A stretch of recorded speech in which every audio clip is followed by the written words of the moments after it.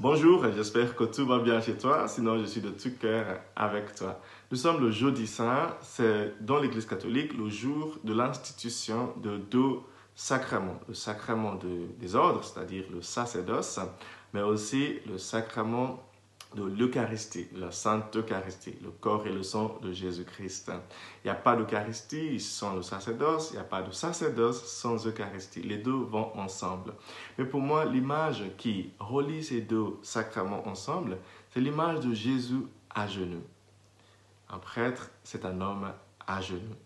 Il est d'abord à genoux devant Dieu pour recevoir l'onction. L'onction, selon l'Isaïe, chapitre 1, de versets 3 à 9, qui lui est donnée pour libérer les captifs. L'onction qui lui est donnée pour annoncer la bonne nouvelle. L'onction qui lui est donnée pour guérir ses frères et ses sœurs. L'onction qui lui est donnée pour servir ses frères et ses sœurs. C'est pour ça, ça la première raison pour laquelle un prêtre est à genoux. Jésus, nous verrons tout à l'heure ce soir, après le repas avec ses disciples, se retire dans le jardin de Gethsémani et il se met à genoux pour prier son Père, pour recevoir le réconfort de son Père. Nous sommes faits tous à l'image de Dieu, mais un prêtre est particulièrement consacré à l'image de Jésus. Il doit rester à genoux. Un prêtre qui ne sait pas se mettre à genoux dans la prière est un prêtre en danger. Donc nous sommes invités à nous mettre à genoux aujourd'hui, nous tous prêtres. Et si tu as un ami prêtre, rappelle-lui aujourd'hui que c'est le jour de se remettre à genoux devant le Seigneur pour recevoir de nouveau l'onction, l'Esprit Saint qui nous envoie en mission. Le deuxième moment où nous voyons Jésus à genoux, c'est pendant le dernier repas qu'il va faire ce soir avec ses disciples. Après le repas, Jésus prend un conteneur de l'eau et prend un linge autour de ses reins et il se met à genoux pour laver les pieds de ses disciples. À l'époque, laver les pieds des gens, c'était le travail d'un esclave, c'était le travail d'un serviteur. En se mettant à genoux, Jésus rappelle à ses disciples qu'il n'est pas là pour les dominer, il est là pour les servir.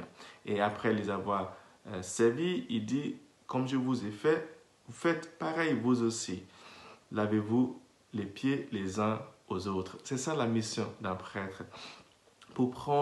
Il est là pour prendre les pieds de ses frères et de ses sœurs dans ses mains, pour les laver de toute souillure, pour les guérir, pour les réconforter.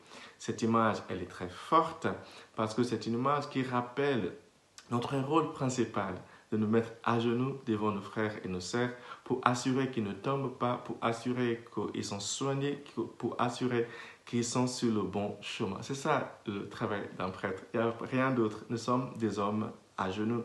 Pendant un certain temps, je sais, nous l'avions oublié et les résultats sont là.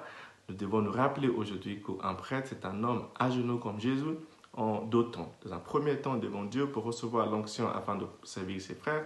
Dans un deuxième temps, vraiment à genoux dans le service de ses frères et de ses sœurs. Et j'aimerais terminer en disant, n'oubliez pas que nous sommes tous prêtres. Nous sommes tous prêtres, ça je le dis souvent. Évidemment, il y a le sacerdoce ministériel que je fais par exemple, qui nous est donné pour être au service de nos frères et nos sœurs. Mais le Christ nous invite tous dans son sacerdoce.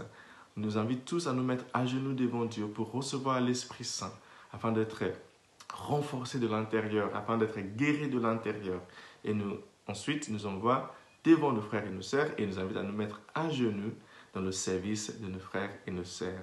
Chers amis, j'aimerais terminer en disant qu'une vie sans service, c'est une vie en vain, c'est une vie en vain.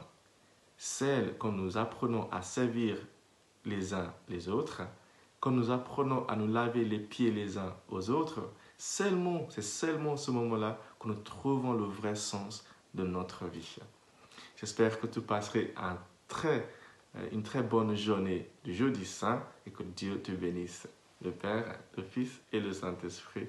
Amen.